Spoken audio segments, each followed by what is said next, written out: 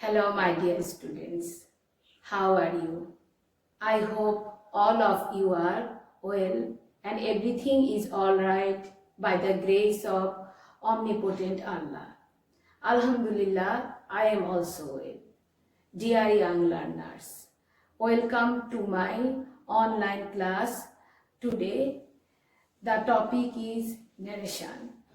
Dear learners, I hope all of you are studying hard, staying at home.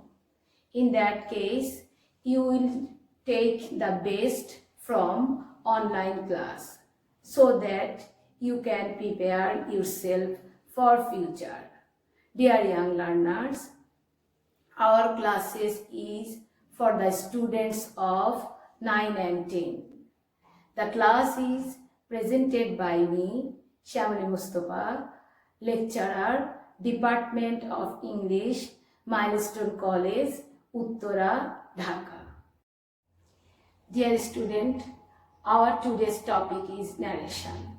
It's a very important topic in English second paper. In question paper, you will get a passage in direct speech. You have to change it into indirect one. It carries 5 marks. Most of the students in our country tend to forget the rules of narration. So we must firstly learn the rules of narration. Okay students, let's start the class. আজকে আমাদের class শেষে আমরা জানতে পারবো the definition of narration kinds, how we will change narration, that means from direct to indirect or indirect to indirect, and general rules of changing narrations. Okay, প্রথমে আমরা ন্যারেশনটা কি তার ডেফিনিশনটা একটু দেখি। যখন কোনো বক্তা বা স্পিকার কোনো স্পিচ বা বক্তব্য দেয়, সেই বক্তব্যটাকে আমরা ন্যারেশন বলবো। তাহলে ওই বক্তব্যটার উপর ভিত্তি করে ন্যারেশন দুই রকম, একটা হলো ডাইরেক্ট ন্যারেশন আর একটা হলো ইনডাইরেক্ট ন্যারেশন। তাহলে ডাইরেক্ট ন্যারেশনটা কি? যখন বক্তার বক্তব্যটা সম্পূর্ণ তার ভাষায় বলা হবে, তার ভাষায় তুলে ধরা হবে, সেটা হলো direct speech. For example, you can see I don't understand what he meant, said Reza. এখানে রেজা হলো বক্তা বা স্পিকার, আর তার কথা বলাটা হলো রিপোর্টিং ভার্ব। তাহলে এখানে রেজার যে বক্তব্যটা সেটা আমরা ইনভার্টেড কমার ভিতরে তুলে ধরেছি, এটাই হলো রিপোর্টেড স্পিচ। আর ইনডাইরেক্ট স্পিচ হলো যখন কোনো স্পিকার বা বক্তার কথাটাকে আমরা অন্যজনের ভাষায় বলবো, তখন সেটা হবে ইনডাইরেক্ট। তাহলে একটা এক্সাম্পল দেখো, dear students, my friend told me that he had been sick. এখানে মাই ফ্রেন্ডের বক্তব্যটাকে অন্যজনের কথা বলা হলো, তাহলে এটা হলো ইনডাইরেক্ট স্পিচ। এখানে আমরা বক্তব্যটাকে আলাদা করে ইনভার্টেড কমার ভিতর দিব না, একটা কনজাংশনটা দিয়ে পার্সন পরিবর্তন করে, টেন্স পরিবর্তন করে বক্তব্যটাকে তুলে ধরব। ডিয়ার স্টুডেন্টস, রিপোর্টিং ভার্ব আমরা বলেছি যে ডাইরেক্ট থেকে ইনডাইরেক্ট করতে গেলে আমরা কিছু রুল ফলো করব। ওই রুলগুলোর মধ্যে first one reporting verb. Reporting ভার্বটা ডাইরেক্ট থেকে ইনডাইরেক্টে গেলে কোন কোন সেন্টেন্স আমরা কিভাবে চেঞ্জ করবো এটা একটু দেখি। আমরা জানি যে সেন্টেন্স কত রকম আছে, 5 প্রকার: assertive, interrogative, imperative, objective, exclamatory. তাহলে আমাদের রিপোর্টেড স্পিচটা কোন টাইপের কোন কাইন্ডসের সেন্টেন্সে আছে তার উপর ডিপেন্ড করে আমার রিপোর্টিং ভার্বটা চেঞ্জ হবে। যদি সেন্টেন্সটা অ্যাসার্টিভ সেন্টেন্স হয় তাহলে আমরা টেল দিব, যদি সেটা ইন্টারোগেটিভ হয় তাহলে আমরা আস্ক অথবা ইনকোয়ার দিব। আর যদি সেন্টেন্সটা হয় ইম্পারেটিভ, তোমরা জানো ইম্পারেটিভ সেন্টেন্স কোনগুলো, যেগুলাতে আমরা কোনো আদেশ, নিষেধ, উপদেশ, অনুরোধ এরকম কোনো এক্সপ্রেস করি, তখন আমরা সেটাকে ইম্পারেটিভ সেন্টেন্স বলি। তাহলে according to the mood of the sentence we will use here reporting verb. That means যখন আমরা কোনো আদেশ বলবো তখন রিপোর্টিং ভার্বটা হবে অর্ডার। যখন আমরা কোনো অনুরোধ বলবো তখন রিপোর্টিং ভার্ব সে চেঞ্জ হয়ে যাবে রিকোয়েস্ট। যদি কোনো আদেশ নিষেধ, কোনো নিষেধাজ্ঞা হয় তখন আমরা লিখব ফরবিড। কোনো উপদেশ জাতীয় যদি কোনো সেন্টেন্স হয় তখন সেটাকে আমরা লিখব অ্যাডভাইস, রিপোর্টিং ভার্বটা হবে অ্যাডভাইস। আর যদি আমরা বুঝতেই পারছি না যে সেন্টেন্সটা যদিও ইম্পারেটিভের মতো ভার্ব দিয়ে স্টার্ট হয়েছে, ইম্পারেটিভ সেন্টেন্স, কিন্তু আমরা ইম্পারেটিভের মুডটা বুঝতে পারছি না, তখন আমরা টোর লিখলেও চলবে। এরপরে দেখো অবজেক্টিভ সেন্টেন্স। অবজেক্টিভ সেন্টেন্স কোনগুলো? প্রার্থনা বা আশীর্বাদ সূচক সেন্টেন্সগুলোকে আমরা অবজেক্টিভ সেন্টেন্স বলি। তাহলে রিপোর্টিং ভার্বটাও এরকম হলো, আমরা রিপোর্টিং ভার্ব সে চেঞ্জ করে আমরা ওইখানে দিব উইশ অথবা প্রে অথবা কার্স অথবা bless. All these are according to the mood of, according to the meaning of sentences. আর যদি সেন্টেন্সটা এক্সক্লেমেটরি হয়, এক্সক্লেমেটরি সেন্টেন্স কোনগুলোকে বলে স্টুডেন্টস তোমরা জানো, যে সেন্টেন্সে আমরা আমাদের মনের জয়, দুঃখ, আনন্দ, আমাদের উচ্ছ্বাস এরকম প্রকাশ করি, সেই সেন্টেন্সগুলোকে আমরা এক্সক্লেমেটরি সেন্টেন্স বলি। তাহলে সে একই রকম সেন্টেন্সের এক্সপ্রেশনটা বুঝে আমরা দিব।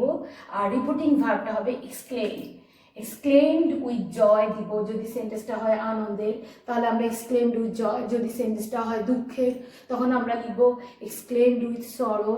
আর যদি বিস্ময় হয় তাহলে আমরা সারপ্রাইজ অথবা ওয়ান্ডার দিতে পারি। এই এক্সপ্রেশনটা আমরা সেন্টেন্সের মুড বুঝে লিখব। আচ্ছা, এবার আমরা আসি number 2, use of conjunction and omission of inverted comma. তোমরা তো জানো যে আমরা বক্তার বক্তব্যটাকে একটা ইনভার্টেড কমার ভিতরে রাখবো। যখন আমরা এটাকে ইনডাইরেক্ট করব তখন ইনভার্টেড কমাটা উঠে যাবে, সেই জায়গায় আমরা একটা কনজাংশন দিব। তাহলে কোন কনজাংশনটা কোন সেন্টেন্সে দিব সেটা আগে আমাদেরকে লার্ন করতে হবে।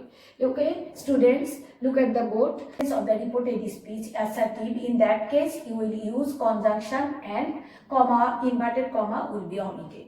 আর যদি সেন্টেন্সটা হয় ইন্টারোগেটিভ সেন্টেন্স তোমরা জানো দুই ভাবে স্টার্ট হতে পারে। যদি ইয়েস নো হয় তাহলে সেগুলোতে আমরা দিব, সেগুলোতে দেখবা যে সেন্টেন্সটা স্টার্ট হবে কোনো অক্সিলারি দিয়ে, যেমন am, is, are, was, were, have, has অথবা ডু, ডাজ এরকম।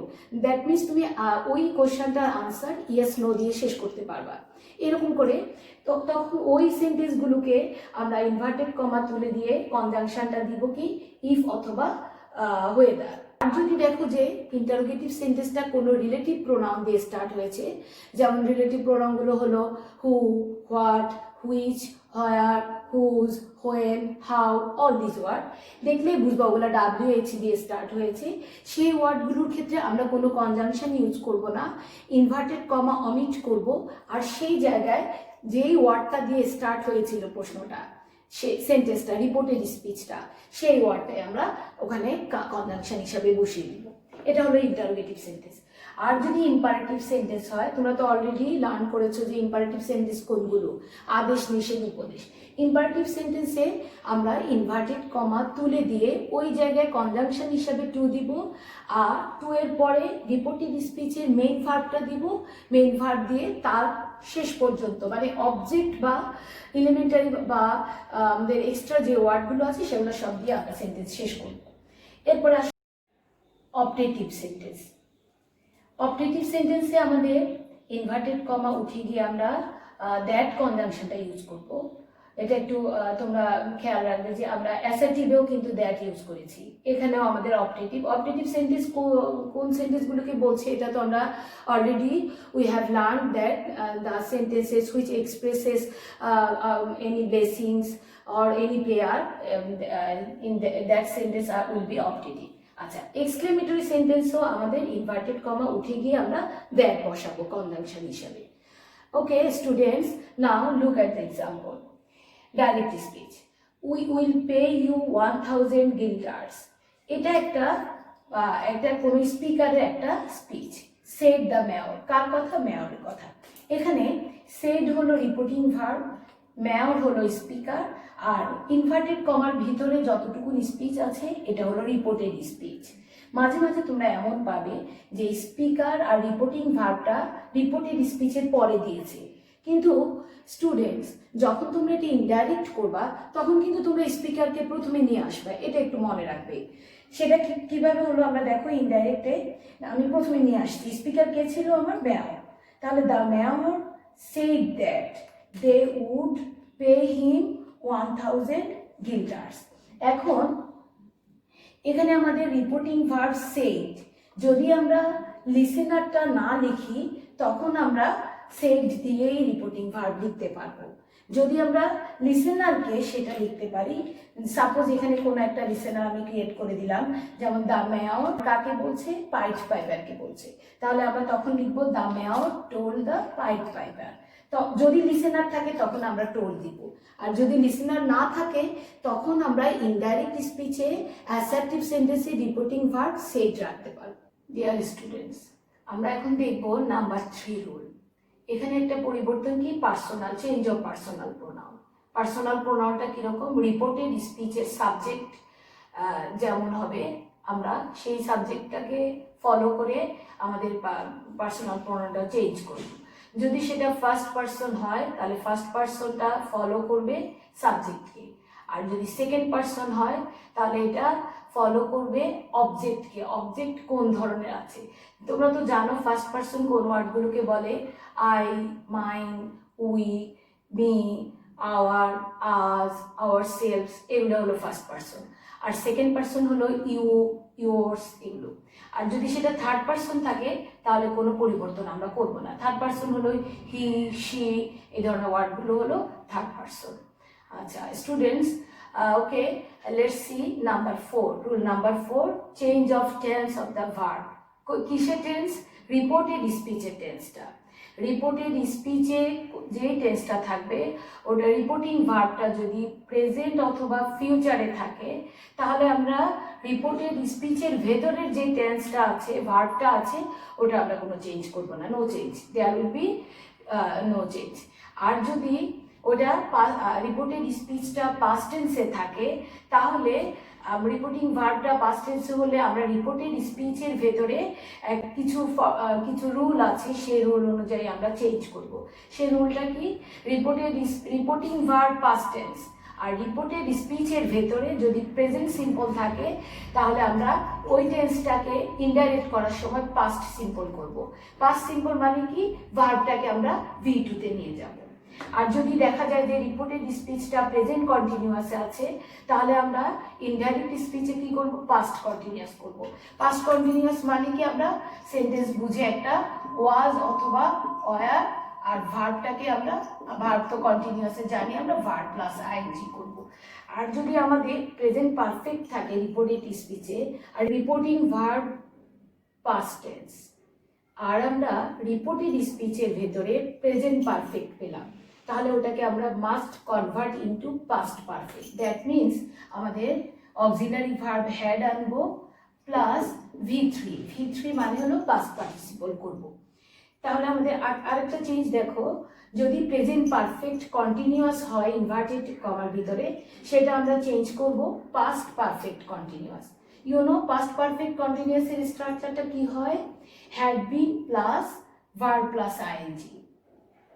মনে আছে তোমাদের, এগুলো আমাদের ছোটবেলার পড়া, verb plus ING, past perfect continuous করলাম। আর যদি পাস্ট সিম্পল থাকে মানে হলো যে রিপোর্টেড স্পিচের ভেতরে টেন্সটা হলো পাস্ট টেন্স, পাস্ট সিম্পল মানে ভার্বটা V2, তাহলে আমরা ওটাকে কি করব, পাস্ট পারফেক্টে নিয়ে যাব। পাস্ট পারফেক্টে কনভার্ট করার জন্য আমাকে কি আনতে হবে, হ্যাড আনতে হবে আর একটা ভার্বটাকে পাস্ট পার্টিসিপল করব। আর যদি পাস্ট কন্টিনিউয়াস থাকে তাহলে সেটা হয়ে যাবে পাস্ট পারফেক্ট কন্টিনিউয়াস।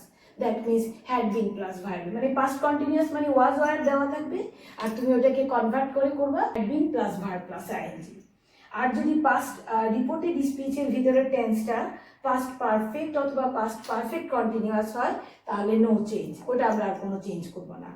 আর যদি reporting verb past tense, reported speech কোনো ফিউচারের কোনো টেন্স, যেমন ধরো শেল থাকতে পারে তখন সেটা আমরা শুড করব, উইল হলে উড করব, ক্যান কুড করব, may will be replaced by might, must will be changed into have to. Okay students, আমরা এখন 5 নাম্বার রুলটা দেখব, যেখানে কিছু অ্যাডভার্বিয়াল চেঞ্জ হবে। যখন আমরা ডাইরেক্ট স্পিচে কিছু time or place ডিনোটিং adverbial or determiner আছে, যেগুলো ডাইরেক্ট থেকে যখন আমরা ইনডাইরেক্ট করব ওই ওয়ার্ডগুলো চেঞ্জ হয়ে অন্য একটা ওয়ার্ড আসবে। এগুলো মেইনলি আমাদের লার্ন করে ফেলতে হবে, এখানে কোনো স্ট্রাকচার ফলো নাই। যেমন ধরো অ্যাগো যদি ডাইরেক্ট স্পিচে থাকে, এটা indirectly it will be replaced by before. Now হয়ে যাবে দেন, টুডে হবে that day, this those, last the previous.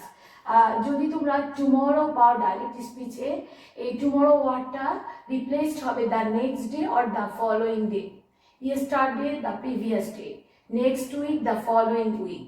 আর যদি দ্য ডে বিফোর ইয়েস্টারডে থাকে সেটা হয়ে যাবে 2 days বিফোর। ওকে স্টুডেন্টস, আমরা এখন 6 নম্বর রুলটা দেখি। এখানে আমাদের যে চেঞ্জটা আসছে সেটা হলো ভোকেটিভ কেস। ভোকেটিভ কেসটা কখন, কাউকে যদি আমরা ফ্রেন্ড, ব্রাদার, সিস্টার, ডিয়ার এই ধরনের কোনো অ্যাডভোকেশন থাকে বা কাউকে যদি আমরা এই ধরনের কোনো ওয়ার্ডে কল করি, তখন আমরা ইনডাইরেক্ট স্পিচটা স্টার্ট করব অ্যাড্রেসিং দিয়ে। অ্যাড্রেসিং অ্যাজ সেই ভোকেটিভ ওয়ার্ডটা যেটা থাকবে আমার ডাইরেক্ট স্পিচে। এটা হতে পারে friend, brother, sister, dear, all this things. আচ্ছা, একটা এক্সাম্পল দেখো, তাহলে আর একটু ক্লিয়ার হবে। দেখো, the man said to me, please help me brother. এখানে স্পিকার ম্যান, লিসেনার হলো মি, আর ইনভার্টেড কমার ভিতরে রিপোর্টেড স্পিচটা স্ট্রাকচার দেখে আমার মনে হচ্ছে এটা imperative sentence. Someone request another one, but he called him as brother, মানে এখানে অ্যাডভোকেশন এসছে ব্রাদার হিসাবে। তাহলে আমরা স্টার্ট করি ইনডাইরেক্টলি আমরা কি বলবো, ভোকেটিভ কেসে কি হবে, অ্যাড্রেসিং দিয়ে স্টার্ট হবে। অ্যাড্রেসিং মি, আমার ভোকেটিভ ওয়ার্ডটা ছিল ব্রাদার, তাহলে আমি এখানে অ্যাজ এর পরে ব্রাদার দিব। Addressing me as brother, speaker এখানে দ্য ম্যান। আমি সেন্টেন্সের মুড বুঝে আমি রিপোর্টিং ভার্বটা বসাবো requested, as it is a imperative sentence, তাই আমি কনজাংশনটা দিব টু।